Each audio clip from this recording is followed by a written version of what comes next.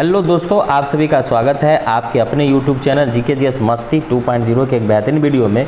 और आज की इस वीडियो में लेकर आए हैं ज्योग्राफी टॉपिक को। और ज्योग्राफी में अक्षांश देशांतर रेखा आपको पढ़ना है और इस वीडियो में आपको पूरा समझ में आ जाएगा। वीडियो को शेयर ज़रूर कर दीजिएगा, पूरा ज़रूर देखिएगा और आप लोगों से मैं कहता हूँ लाइक ज़रूर करिएगा, क्योंकि आपका एक एक लाइक हमें और जो है आत्मविश्वास को बढ़ाता है। तो आप जितने भी व्यक्ति मेरे वीडियो को देखिएगा एक लाइक ज़रूर कीजिएगा। लाइक से आपको कुछ होगा नहीं, लेकिन देखने में हमें लगेगा कि लाइक की संख्या बढ़ रहा है। तो प्लीज़ आप लोग लाइक ज़रूर कीजिएगा। अगर वीडियो अच्छा लगे चैनल को सब्सक्राइब करके बेल आइकन ऑन ज़रूर कीजिएगा। तो चलिए, विशेष नहीं बोल पाएंगे क्योंकि समय ज़्यादा लग जाएगा। पढ़ाई से हम सीधे आपको रूबरू कराते हैं। चलिए, इन रेखाओं का प्रयोग किसी देश की स्थिति तथा समय निर्धारित करने के लिए किया जाता है। ठीक है, ये बात बिल्कुल आपको समझ में आ गया होगा कि अक्षांश देशांतर रेखा का प्रयोग जो होता है वो किसी देश की स्थिति तथा समय निर्धारित करने में किया जाता है। अब चलते हैं, यहाँ पे देखिएगा, ये जो है ये यहाँ पे आप दिशा का जो है ज्ञान होगा आप सभी लोगों को। 1 मिनट, दिशा का ज्ञान होगा। यहाँ पे ग्लोब है ये, और ग्लोब देखिए ऊपर हो गया नॉर्थ, ये हो गया साउथ, ये हो गया वेस्ट, ये हो गया ईस्ट। ठीक है, यानी उत्तर, दक्षिण, उसके बाद हो जाएगा पूरब, उसके बाद हो जाएगा पश्चिम। ठीक है, तो बिल्कुल आप लोग को समझ में आ गया होगा। ठीक है, चलिए तो शुरुआत करते हैं। अब यहाँ पे नॉर्थ 90 डिग्री लिखा हुआ है, ये हो गया आपका जोन, यानी दो अक्षांश के बीच की दूरी जो होता है उसको क्या कहा जाता है, जोन कहा जाता है। और किलोमीटर की बात किया जाए, दो अक्षांशों के बीच की दूरी कितना किलोमीटर होता है, तो ये आपको याद रखना है 111 किलोमीटर। कितना किलोमीटर? 111 किलोमीटर। ये बात आपको याद रखना है। ठीक है, दो अक्षांशों के बीच की दूरी 111 किलोमीटर, ये हो गया 90 डिग्री ऊपर। ठीक है, चलिए अब यहाँ पे कुल ऊपर वाले भाग को 66.5 डिग्री हो गया। कितना हो गया? 66.5 डिग्री। और फिर ये बीच का जो रेखा होता है ये हो गया 23.5 डिग्री। ठीक है, अब यहाँ पे आते हैं ईस्ट हो गया, यहाँ पे इधर वेस्ट हो गया। यहाँ पर हो गया भूमध्य रेखा, यानी पृथ्वी के बीच वाला जो भाग होता है उसको क्या कहते हैं? भूमध्य रेखा। अब ये जो रेखा हो गया ये हो गया आपका 23.5 डिग्री। इसको क्या कहा जाता है? अक्षांश विषुवत। ठीक है, 0 डिग्री। और यहाँ पे अब आ गया दो देशांतर के बीच की दूरी होती है 111.32 किलोमीटर, यानी 111.32 किलोमीटर। अब यहाँ पे हो गया 90 डिग्री। ठीक है, यहाँ पे 90, यहाँ पे 66.5, यहाँ पे 23.5। पृथ्वी जो है अपने अक्ष पे 23.5 डिग्री झुकी हुई, ये बात आपको याद रखना है। ठीक है, चलिए आगे चलते हैं। यहाँ पे अक्षांश रेखा के बारे में पूरा बताया गया। अक्षांश रेखा में देखिए क्या है, ग्लोब में खींची गई वे काल्पनिक रेखाएं पूरब से पश्चिम में तथा भूमध्य रेखा के समांतर खींची गई है।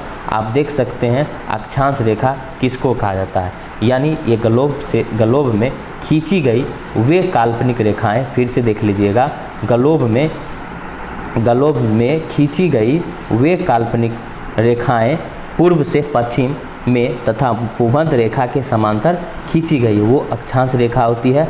अक्षांश रेखाओं की कुल संख्या 181 होती है। अब कहिएगा कि सर यहाँ पे 181 कैसे होगा? 90 + 90 तो क्या होगा? 180 होगा। लेकिन यहाँ पे एक बढ़ गया, कितना हो गया? 181। अब एक कहाँ आ जाता है, एक कैसे बढ़ जाता है? किताबों में आप पढ़िएगा तो लिखा रहता है 180 ना। अगर पूछा जाए कुल पूछा जाए तो यहाँ पे 181 हो जाएगा। बिल्कुल आपको समझ में आ गया होगा। कुल अक्षांश रेखाओं की संख्या अगर आपसे पूछा जाए तो ये आपको हो जाएगा 181। सीधा संख्या पूछा जाए तो 180, एक यहाँ पे जोड़ दिया जाता है ऊपर वाले भाग को। ठीक है, चलिए जब दोनों ध्रुवों को बिंदु मान लिया जाए तो अक्षांश रेखाओं की संख्या 179 हो जाती है। कितना हो जाता है? 179। ठीक है, यानी इसमें जो है दो रेखा को, ऊपर वाले और नीचे वाले रेखा को माइनस कर दिया जाता है, यानी 181 - 2 कितना हो जाता है? 179। तो आशा करते हैं आप लोगों को बिल्कुल समझ में आ गया होगा। अगर अच्छा लग रहा है ना तो एक लाइक ज़रूर कीजिएगा। ठीक है, चलिए अब आगे बढ़ते हैं अगले। अब यहाँ पे क्या है देखिए, एक एक चीज़ को मैं समझा दूंगा, मज़ा आ रहा है। भूमध्य रेखा से ध्रुवों की ओर जाने पर अक्षांश रेखाओं की लंबाई क्रमशः घटती है। लंबाई क्या होती है? घटती है। दो अक्षांशों के मध्य की दूरी को, दो अक्षांश के मध्य की दूरी 111 किलोमीटर होता है, हम आपको बताए थे। चलिए 111.13 है इसमें, 111। चलिए आपको याद रखना है, आगे बढ़ते हैं। अब देखते हैं वे काल्पनिक रेखाएं जो ग्लोब में उत्तर से दक्षिण की ओर खींची गई है। ग्लोब में आप देख सकते हैं वही सारा चीज़ यहाँ पे लिखा गया है कि वे काल्पनिक रेखाएं जो ग्लोब में उत्तर से दक्षिण की ओर खींची गई है देशांतर रेखाएं कहलाती हैं। देशांतर रेखाओं की संख्या 360 होता है। दो देशांतर के मध्य की अधिकतम दूरी को 111.32 किलोमीटर होता है। ठीक है, इसको याद रखना है। और इसको जो है गोरे कहा जाता है। ठीक है, क्या कहा जाता है? गोरे।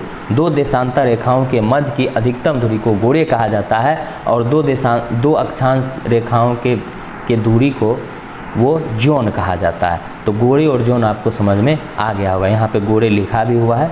बिल्कुल एक एक चीज़ को मैं समझा रहा हूँ, मज़ा आ रहा होगा आप लोग को। बिल्कुल पूरा वीडियो अच्छा से देखिए, पूरा समझ में आ जाएगा और मैं पूरा दिखाऊंगा आप लोगों को, बिल्कुल समझ में आ जाएगा। अगला, दो देशांतर रेखाओं के मध्य न्यूनतम दूरी 0 होता है। एक अक्षांश व एक देशांतर रेखा के मध्य की दूरी को ग्रिड कहा जाता है। क्या कहा जाता है? ग्रिड कहा जाता है। अब चलिए भारत की स्थिति, अब देखिए 8 डिग्री, अब देखिए पूछा जा सकता है ग्लोब पे कि भारत की स्थिति क्या है अक्षांश पे, तो 8 डिग्री 4 मिनट। अब देखिए यहाँ पे ये है ना, ये मिनट का चिन्ह होता है। ये क्या होता है? ये मिनट का चिन्ह होता है, ये याद रखना। तो भारत की अक्षांश रेखा पर क्या है? 8 डिग्री 4 मिनट से 37 डिग्री 6 मिनट अक्षांश। ठीक है, याद रखिएगा। अक्षांश रेखा पे भारत की स्थिति क्या होती है प्यारे दोस्तों? 8 डिग्री 4 मिनट से 37 डिग्री 6 मिनट उत्तरी अक्षांश। अब अगर आपसे पूछा जाए देशांतर रेखा पे, तो देशांतर रेखा पे होता है 68 डिग्री 60 मिनट से 97 डिग्री 25 मिनट देशांतर। तो ये बिल्कुल आपको याद रखना है। भारत उत्तरी गोलार्ध में पूर्वोत्तर में स्थित है, ये भी आपको याद रखना है। शानदार तरीके से एक एक चीज़ को मैं बता रहा हूँ, वीडियो को पूरा देखिएगा, आपको जरूर याद हो जाएगा। अंतर्राष्ट्रीय मानक समय रेखा, अंतर्राष्ट्रीय मानक समय रेखा 0 डिग्री देशांतर रेखा से निर्धारित किया गया है। ये बात बिल्कुल आपको याद रखना है। 0 डिग्री देशांतर रेखा 8 देशों से होकर गुजरती है। कितने देशों से होकर गुजरती है? 8 देशों से होकर गुजरती है। अब प्यारे दोस्तों देखिएगा 8 डिग्री, ये जो है 8 देश, लंदन है, फ्रांस है, यहाँ पे देख लीजिएगा। ठीक है, क्या है? लंदन है, फ्रांस है, स्पेन है। ठीक है, ध्यान से सुनिए, लंदन है, फ्रांस है, स्पेन है, अल्जीरिया है, माली है, विके है, कांगो है, घाना है, टोगो है। ये सभी देश जो हैं ये आपको याद रखना है। ठीक है, तो आशा करते हैं ये भी आपको समझ में, एक एक चीज़ को मैं बता रहा हूँ, मज़ा आ रहा होगा आप लोग को। बिल्कुल पूरा देखिएगा, समझ में आ जाएगा। चलिए आगे देखते हैं अगला क्या कहता है। 0 देशांतर रेखा लंदन के ग्रीनविच शहर से मध्य से होकर गुजरती है। 0 जो होता है देशांतर रेखा लंदन के ग्रीनविच शहर के मध्य से गुजरती है। ठीक है, भारत मानक समय रेखा, अब इसके बारे में जानते हैं। भारत का समय रेखा 82.5 डिग्री देशांतर रेखा से निर्धारित किया गया है। ठीक है, यहाँ पे देखिए 68 डिग्री 60 और प्लस 97 डिग्री 25 बट्टा 2, ये दोनों को जोड़ गया और बट्टा में ये हो गया, तो कितना हो गया? 82.5 डिग्री। ठीक है, देशांतर रेखा, तो बिल्कुल ये चीज़ समझ में आ गया होगा। आगे बढ़ते हैं। 82.5 डिग्री अंश देशांतर रेखा भारत के 5 राज्यों से होकर गुजरता है। अब 5 राज्य कौन कौन है प्यारे दोस्तों? तो ये हो गया यूपी यानी उत्तर प्रदेश, मध्य प्रदेश, ओडिशा, छत्तीसगढ़ और आंध्र प्रदेश। ठीक है, तो ये बिल्कुल आपको एक एक चीज़ मैं बता रहा हूँ और इस वीडियो को अगर आप देख लेते हैं ना, तो मैं गारंटी देता हूँ आपके एग्ज़ाम में 2 से 3 नंबर जो है यूं ही मिल जाएगा, यूं ही मिल जाएगा। ठीक है, और वीडियो को शेयर ज़रूर कर दीजिएगा, अपने दोस्तों के पास ज़रूर वीडियो को शेयर कीजिए और मज़ा नहीं आया तो फिर कहिएगा। चलिए आगे बढ़ते हैं। अगला, 82.5 डिग्री देशांतर रेखा भारत के इलाहाबाद के नैनी शहर से होकर गुजरती है। ठीक है, 82.5 डिग्री देशांतर रेखा भारत के इलाहाबाद के नैनी शहर से होकर गुजरती है। पृथ्वी को 1 डिग्री का समय दूरी तय करने में 4 मिनट का समय लगता है। ये भी क्वेश्चन बहुत इंपॉर्टेंट है। आगे बढ़ते हैं, एक एक चीज़ को मैं बता रहा हूँ। 0 डिग्री देशांतर 82 डिग्री देशांतर, ये भी याद रखना है। यहाँ पे देखिए कुल यहाँ पे 82.5 गुने 4 यानी 330 मिनट बताया गया है। अब चलते हैं आगे। भारत का समय लंदन के समय से कितना है? 5 घंटा जो है क्या है, याद रखना है आपको, 5.5 घंटा जो है क्या है वो आगे है। ठीक है, कितना घंटा आगे है, 5.5 घंटा आगू है। ठीक है, इसीलिए कहा जाता है कि भारत का जो ये समय है लंदन के समय से कितना आगे है, 5.5 घंटा। IST GMT समय जो होता है वो कितना आगे रहता है भारत का, तो 5.5 घंटा आगे रहता है। मान लीजिए अभी जो है मान लीजिए एक तरह से अभी 7:30 बज रहा है करीब, ठीक है, 7:45 बज रहा है करीब, तो आप 5 घंटा जो है पीछे कर दीजिए। तो 5 घंटा पीछे करिएगा, जितना समय होगा वहाँ पे लंदन में अभी वो समय हो रहा होगा। ठीक है, और अभी भारत में रात है तो वहाँ दोपहर होगा। ठीक है, तो ये बात आपको याद रखना है। ठीक है, यानी 5.5 घंटा जो है GM टाइम आगू है भारत का लंदन के समय से। ठीक है, एक एक चीज़ को मैं बता रहा हूँ, याद रखिएगा। अंतर्राष्ट्रीय मानक तिथि रेखा भारत का मानक तिथि रेखा कहा जाता है। अब देखिए इसको अंतर्राष्ट्रीय, यहाँ पे देख लीजिएगा आप लोग को लिखा हुआ है अंतर्राष्ट्रीय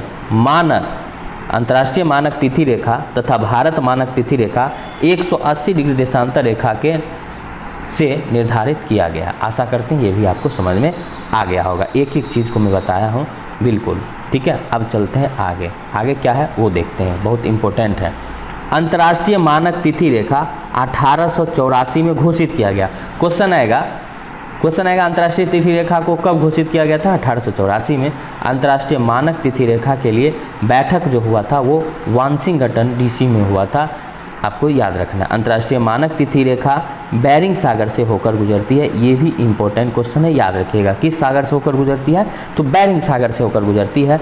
यह रेखा प्रशांत महासागर से होकर गुजरती है। अंतर्राष्ट्रीय मानक तिथि रेखा बेरिंग जल संधि रूस और अलास्का से अलग से गुजरती है। तो एक एक चीज़ को मैं आपको बता रहा हूँ, एक एक चीज़ को बता रहा हूँ, बिल्कुल मज़ा आ जाएगा। आप वीडियो को शेयर ज़रूर कीजिएगा। इस रेखा को तिथि में अंतर न आए इसीलिए इसे 4 बार मोड़ा गया है। ठीक है, इसे 4 बार मोड़ा गया। अब देखिए यहाँ पे, अब देखिए ये चीज़ आपको दिमाग में रखना है। ये देखिए यहाँ पे हो गया आर्कटिक रेखा। कौन रेखा, आर्कटिक रेखा 66.5 डिग्री नॉर्थ। कर्क रेखा, अब कर्क रेखा जो है वो कितने राज्यों से, देशों से होकर गुजरती है प्यारे दोस्तों, तो यहाँ पे 18 कंट्री है और माही नदी जो है इसको 2 बार काटती है। ये बात भी आपको याद रखना है, कर्क रेखा को माही नदी 2 बार काटती है। ठीक है, 18 देशों से होकर गुजरती है, 23.5 डिग्री उत्तरी। ठीक है, चल अब आता है विषुवत रेखा। विषुवत रेखा कांगो, ठीक है, यानी कांगो नदी होती है जिसको जायरे कहते हैं, जिसको क्या कहते हैं, जायरे नदी भी कहते हैं और कांगो नदी भी कहते हैं। ठीक है, होकर गुजरती है। और कितने देशों से होकर गुजरती है विषुवत रेखा, 13 देशों से होकर गुजरती है। अब आइए मकर रेखा। मकर रेखा जो है वो लिम्पोपो नदी से, लिम्पोपो नदी 2 बराबर भाग काटता है जिसको लिम्पो नदी भी कहते हैं। यह कितने देश से होकर गुजरता है, तो 10 देशों से होकर गुजरता है। ये भी बात आपको याद रखना है शानदार तरीके से, 23.5 डिग्री। ठीक है, चलिए आर्कटिक रेखा 66.5 डिग्री साउथ। तो बिल्कुल आपको ये समझ में आ गया होगा। वीडियो को पूरा ज़रूर देखिएगा, थोड़ा लंबा वीडियो ज़रूर है लेकिन इसमें कंटेंट है, इसमें कंटेंट है, ये बात आपको मानना पड़ेगा। चलिए नोट देखिए, यहाँ पे लिखा गया माही नदी राजस्थान में कर्क रेखा को 2 बार काटती है। हम आपको अभी तुरंत बताएं मैप के सहारे। कांगो जिसको जायरो नदी कहते हैं, कांगो गणराज अफ्रीका महाद्वीप विषुवत रेखा को 2 बार काटती है, ये बिल्कुल याद रखना है। तीसरा पॉइंट, लिम्पोपो नदी अफ्रीका महाद्वीप में मकर रेखा को 2 बार काटती है। क्या बात समझ में आ रहा होगा। ये आज का वीडियो मज़ेदार ज़रूर होगा। ठीक है, बशर्ते आप लोग एक लाइक जरूर कर दीजिएगा, एक लाइक जरूर कर दीजिएगा और दोस्तों के बीच हर ग्रुप में शेयर होना चाहिए, हर ग्रुप में शेयर होना चाहिए। लगेगा भाई पढ़ाई चल रहा है और ये चैनल पर कंटेंट मिल रहा है। बिल्कुल बिल्कुल। चलिए अब देखिए, कर्क रेखा 18 देशों से होकर गुजरते, मैंने बताया वीडियो को अभी तुरंत पीछे बताया था। चलिए विषुवत रेखा 13 देशों से होकर गुजरता है, मकर रेखा 10 देशों से होकर गुजरता है। बिल्कुल एक एक चीज़ को मैं बताऊंगा और आपको मैं याद करवा के रखूंगा, याद करवा के। अफ्रीका महाद्वीप से 3 रेखाएं गुजरती है, ये भी बात आपको याद रखना है एक एक चीज़ को। कर्क रेखा भारत के 8 राज्यों से होकर गुजरता है। क्या बउआ, मित्र पर गमछा झाड़, ये बेहतरीन ट्रिक है।